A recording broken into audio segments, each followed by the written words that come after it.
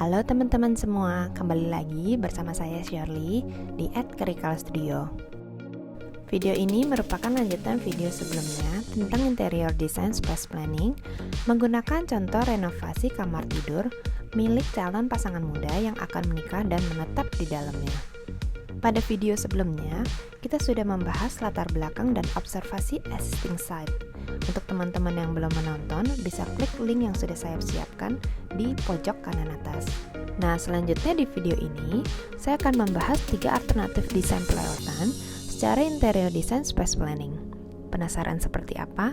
Yuk kita tonton terus videonya di seri Orat-Oret @kerikal_studio. Sebelum kita mulai, subscribe channel ini dan nyalakan lonceng dulu yuk.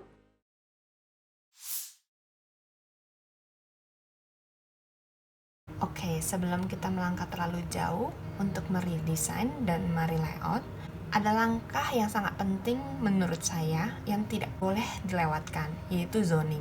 Nah, apa fungsinya zoning? Zoning itu berfungsi untuk menggrupkan beberapa aktivitas yang berhubungan sehingga sirkulasi dan desain yang dihasilkan lebih efisien. Karena ini merupakan sebuah kamar tidur di mana kamar mandi juga termasuk di dalamnya, maka di sini saya bisa melihat ada 3 aktivitas utama di dalam kamar tidur ini. Yang pertama tentu saja area tidur, karena ini kamar tidur. Kemudian yang kedua adalah area mandi, di mana aktivitasnya di dalam kamar mandi. Dan ketiga adalah area berpakaian. Idealnya area berpakaian adalah dekat dengan kamar mandi. Berarti area di sekitar sini atau sekitar sini. Coba kita buat ya bubble diagramnya. Sisanya di sini bisa dijadikan area tidur. Kalau kita lihat layout sebelumnya atau layout existing, di sini ada sofa yang difungsikan sebagai area lounging. Jadi sebenarnya ini agak kurang ideal untuk menonton karena agak menyamping untuk kamar sebesar ini. Ditambah lagi satu alasan adalah kamar ini berada di dalam rumah orang tua klien kami. Sehingga pertimbangan saya untuk klien kita yang merupakan pasangan muda di mana mereka akan hidup di dalam kamar ini lebih dari 5 tahun, saya lebih memprioritaskan storage yang banyak dibandingkan area lounging yang besar. Di sisi lain, kita juga tidak mau menghilangkan fungsi kenyamanan kedua klien kita, menghabiskan quality time dengan privacy, seperti menonton TV. Jadi solusi yang paling baik yang bisa kita dapatkan saat ini adalah menggabungkan fungsi area tidur dan area lounging, yaitu nonton TV di dalam satu area.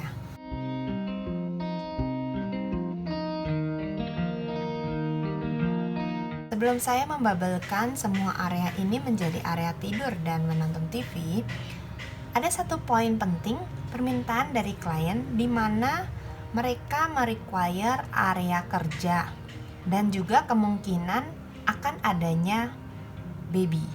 Dari layout yang ada sekarang, yang bisa kita dapatkan adalah area di sini. Karena kenapa? Bila dilihat dari tingkat privasinya, area tidur pasti akan lebih tinggi daripada area untuk kerja. Oleh sebab itu, kita taruh area kerja di sini, di mana kita bisa coba explore. Kedepannya area kerja ini bisa dijadikan area baby. Oke, melihat diagram zoning yang ada sekarang, saya melihat bahwa area berpakaian bertabrakan dengan sirkulasi pintu masuk. Oleh karena itu, saya berpikir sedikit radikal memindahkan pintu masuk ini ke sini.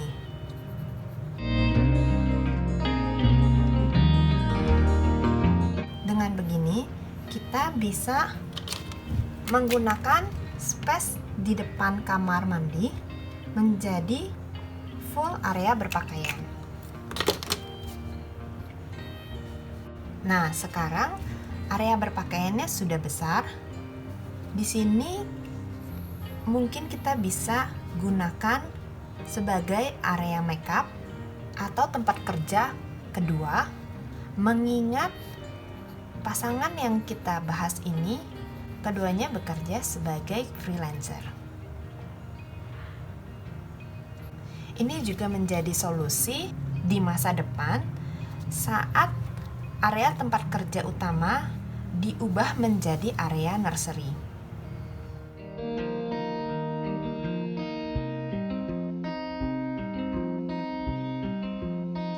Oke, sekarang setelah kita warnai zoningnya, terlihat pembagian area atau aktivitas yang lebih jelas.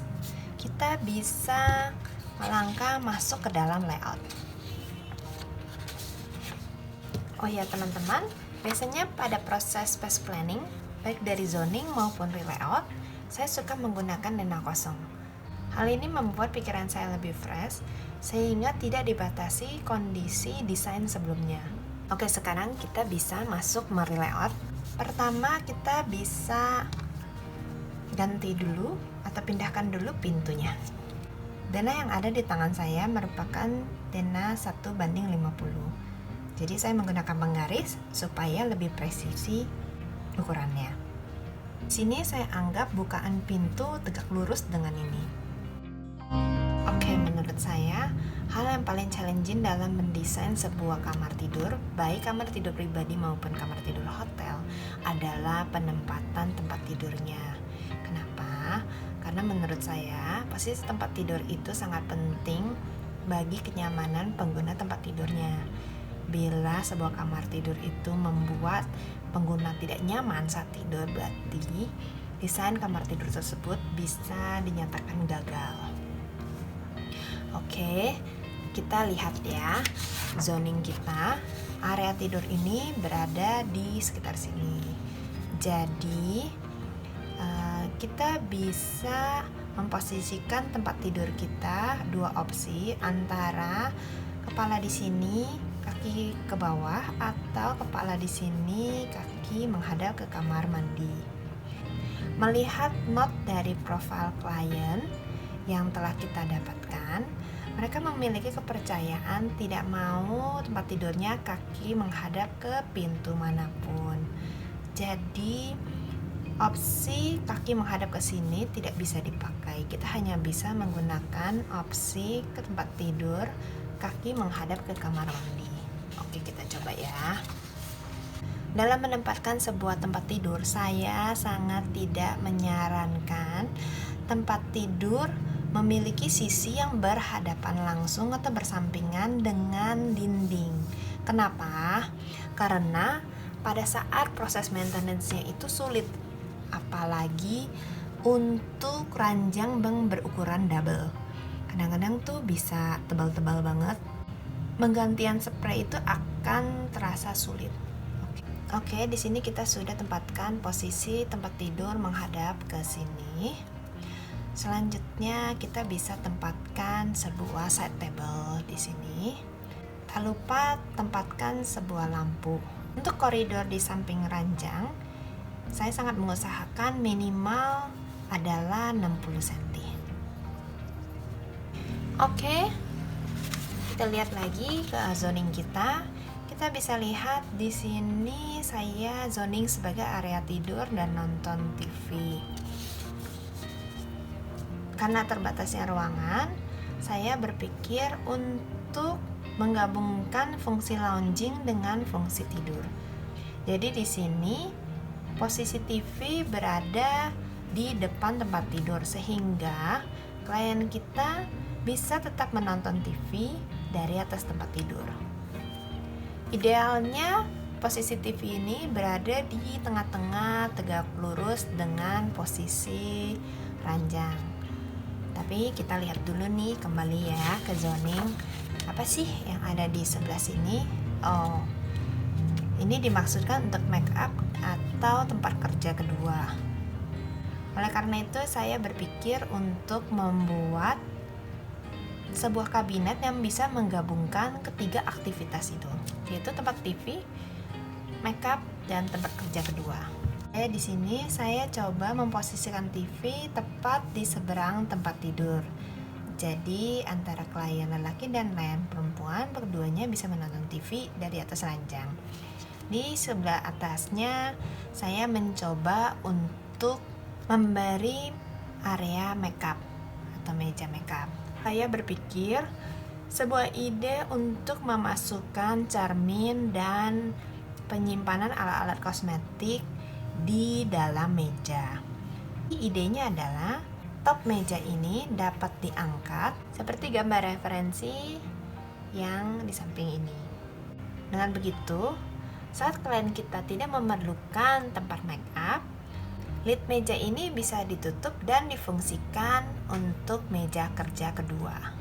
Nah, sekarang kita coba cek jarak antara kabinet atau meja ini dengan ranjang. Di sini kita bisa lihat jaraknya masih 1,1 meter. Jadi untuk sirkulasi juga masih aman. Oke, kita lanjut. Area berpakaian yang dekat dengan kamar mandi sangat vital karena kedua area ini saling berhubungan. Mengingat pengguna ruangan ini ada dua, maka kita memerlukan banyak lemari. Kita akan coba memaksimalkan pengadaan lemari di area sini dan area sekitar sini. Baik, kita coba. Idealnya kedalaman lemari itu adalah 60 cm. Tapi untuk saya pribadi, bila keadaan memungkinkan, saya akan mencoba membuat kedalaman lemari di minimal 62 sampai 65 cm.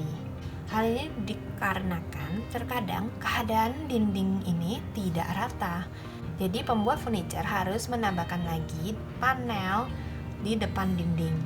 Untuk lemari yang di dalamnya berupa rak atau laci mungkin tidak masalah. Tetapi untuk lemari yang isinya gantungan baju, kedalaman lemari yang tidak maksimal membuat hanger menjadi miring, dan kita menghindari keadaan tersebut. Saya berpikir untuk menggeser lebih jauh pintu yang ada segaris dengan kabinet TV. Jadi di sini kita bisa dapatkan 6 pintu lemari dengan satu sudut yang bisa digunakan untuk penyimpanan barang-barang yang jarang terpakai. Saya selalu menyarankan kepada klien untuk menempatkan area atau lemari pakaian yang sering digunakan berada paling dekat dengan kamar mandi. Misalnya adalah area pakaian sehari-hari atau pakaian dalam. Oleh karena itu kita bisa tempatkan posisi shelving dan drawer di sini, dan di sini kita bisa tempatkan area gantung. Nah, untuk sudut mati ini mungkin kita juga bisa gunakan untuk area gantung. Seperti baju-baju pesta jarang dipakai.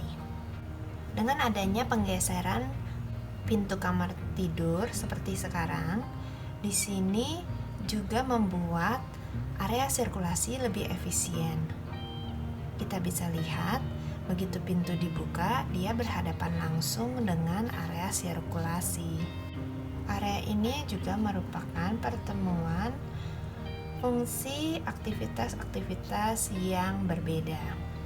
Jadi kalau ke atas ini area tidur dan area lounging atau nonton TV, ke sini area pakaian, ke sebelah sini adalah satu area yang masih kita tinggalkan, yaitu working dan nursery.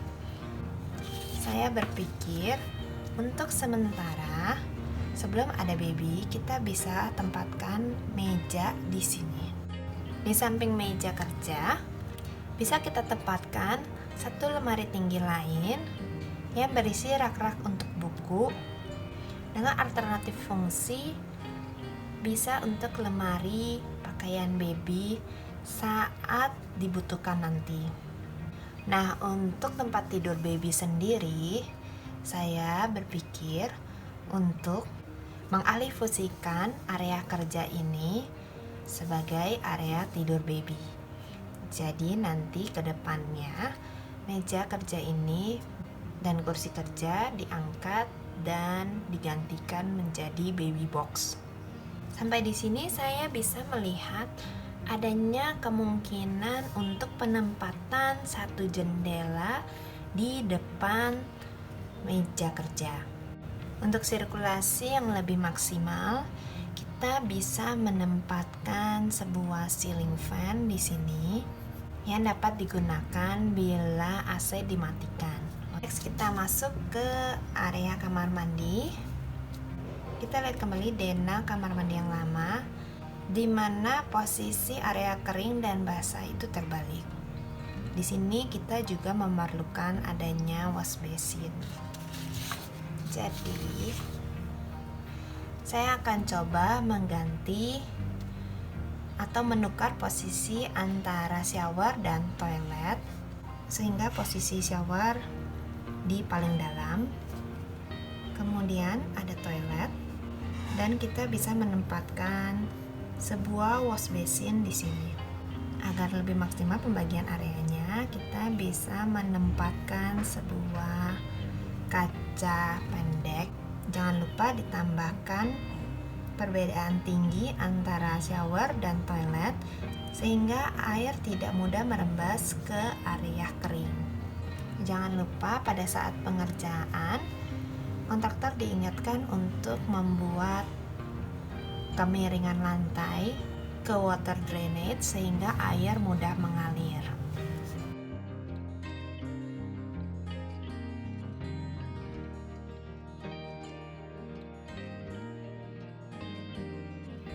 Oke, sekarang kita masuk alternatif layout kedua, di mana saya berpikir bila kita mengganti antara area kering dan area basah di dalam kamar mandi, mungkin akan sedikit kesulitan, terutama bila kamar ini terletak di lantai atas.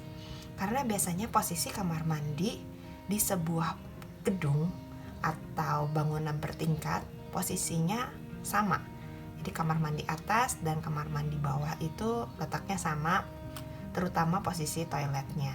Ditambah lagi biasanya pemindahan pipa air kotor di sebuah toilet yang sudah existing lebih sulit dan lebih riskan bocor dibandingkan pemindahan pipa air bersih pada shower. Jadi, untuk ini saya berpikir untuk mempertahankan posisi toilet di sini, saya berpikir untuk memindahkan entrance-nya ke sini, entrance kamar mandi. Kemudian posisi shower bisa kita pindahkan ke sebelah sini. Dan setelah itu kita bisa menambahkan wastafel. Jadi setelah entrance itu tetap kita menemukan area kering dulu, area basahnya terpisah. Nah, setelah kita pindahkan entrance kamar mandi, tentu saja posisi zoning sebelumnya pasti akan berubah. Karena area berpakaian yang sebelumnya ada di sini tentunya aksesnya akan jauh. Oleh karena itu kita harus memindahkan area berpakaian.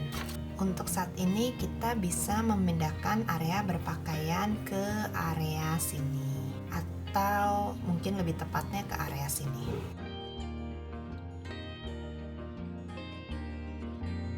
Oke, selanjutnya kita akan menentukan area tidur. Saya berpikir untuk memindahkan tempat tidur atau area tidur ke arah sini, sehingga posisi kaki menghadap ke sana. Dengan ini, TV bisa diletakkan di seberangnya. Kita coba dulu.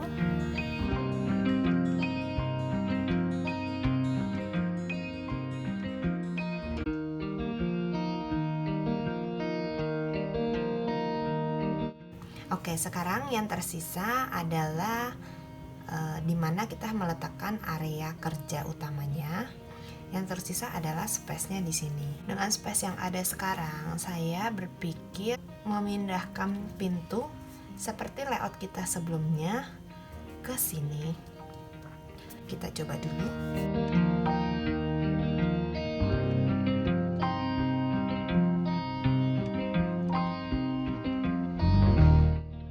Nah, di sini kita bisa lihat setelah entrance ada pertemuan sirkulasi antara area menuju tempat tidur, berpakaian, dan nonton TV, dan area kerja.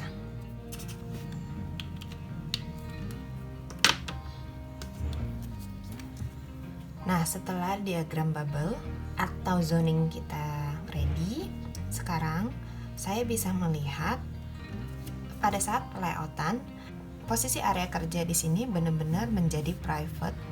Mungkin ke depannya, bila diperlukan adanya baby atau ruang anak, kita bisa mengganti fungsi area kerja ini yang didedikasikan untuk baby atau anak klien kita. Kita bisa menambahkan partisi ringan di sini atau contohnya tirai, sehingga privasi kedua orang tua dan anak masih bisa terjaga. Nah, sekarang kita bisa lanjut ke layout. Kita sekarang bisa mulai dengan memindahkan kedua pintu. Pada perencanaan toilet, biasanya saya akan mengusahakan posisi pintu saat terbuka membelakangi toilet. Di sini saya coba tidak menggunakan partisi kaca antara wastafel dan shower, jadi kamar mandi kita lebih terbuka. Setelah itu kita bisa menambahkan area berpakaian. Karena area ideal berpakaian adalah di sini, maka saya berpikir untuk menggunakan space untuk lemari berpakaian hanya sampai di tengah saja. Jadi di sini kita bisa menggunakan sistem seperti di layout pertama, yaitu menambahkan TV di seberang tempat tidur, dan sebelah sini kita bisa menggunakannya sebagai area makeup atau meja kerja kedua.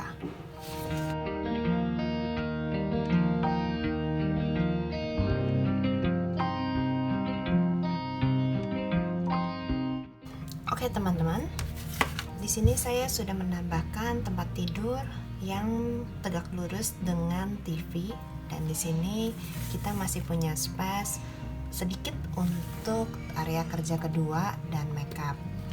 Untuk space di sebelah tempat tidur, saya tidak dapat menggunakan minimal 60 cm. Di sini yang tersisa hanya 50 cm.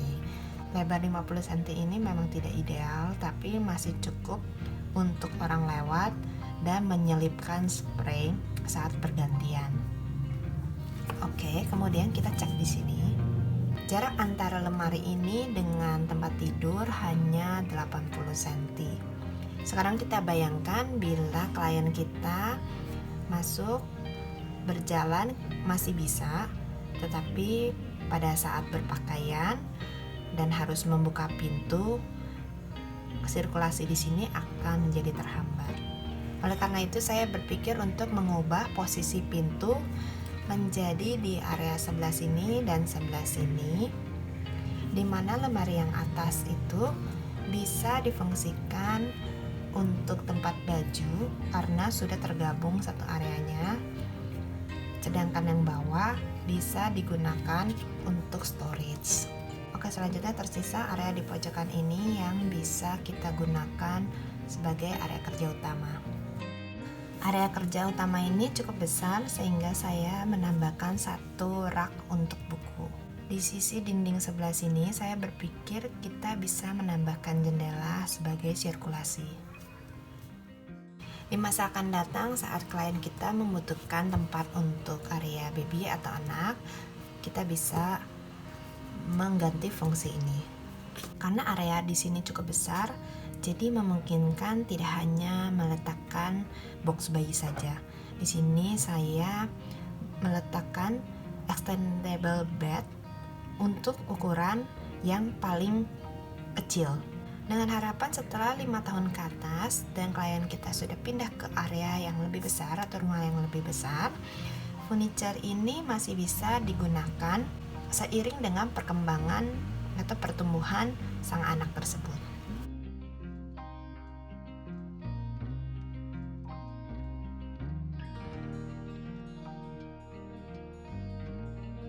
Oke teman-teman, kita masuk opsi layout ketiga, di mana saya ingin memberikan klien opsi quick renovation, di mana tidak ada pembongkaran atau pergeseran pintu dan pergeseran posisi toilet dan shower.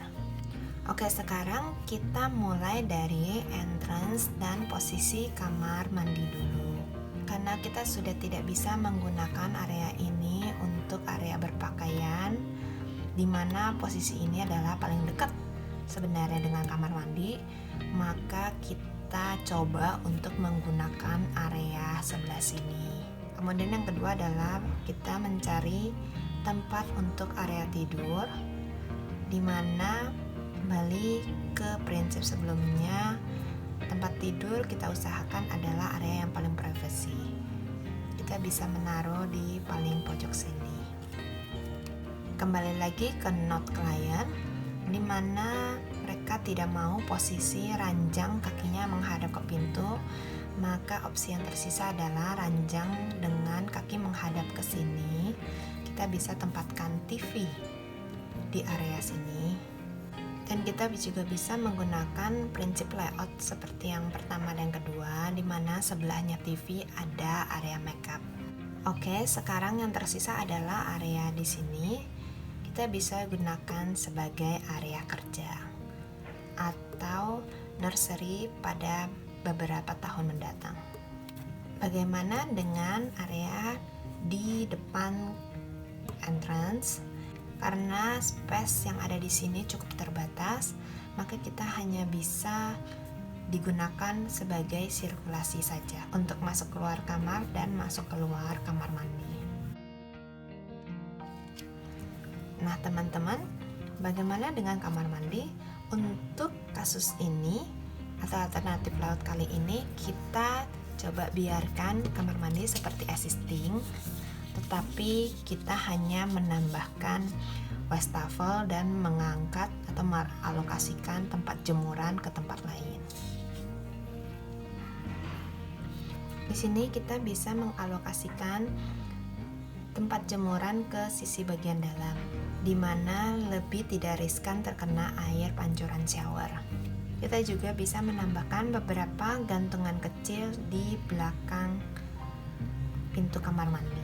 Oke, kita kembali ke zoning yang ada. Kita akan coba memasukkan layout seperti yang telah kita gambarkan.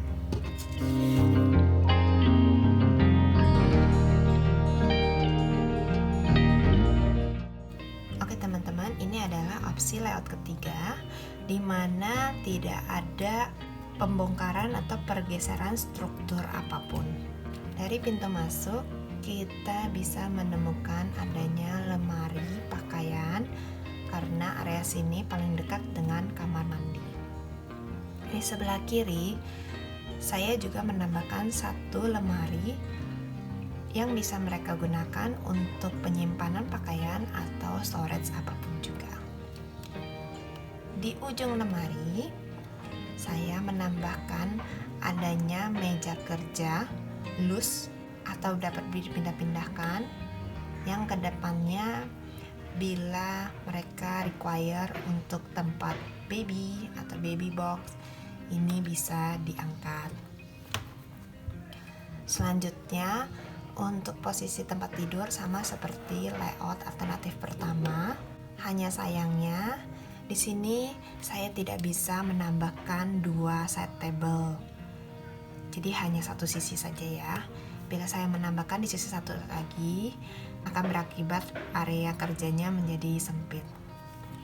Di seberang tempat tidur ada TV. Seperti dua layout sebelumnya, di sebelahnya ada area makeup yang cerminnya bila ditutup atau tidak digunakan untuk makeup bisa dijadikan area kerja kedua. Sebagai sirkulasi udara, Saya menambahkan ceiling fan di atas tempat tidur.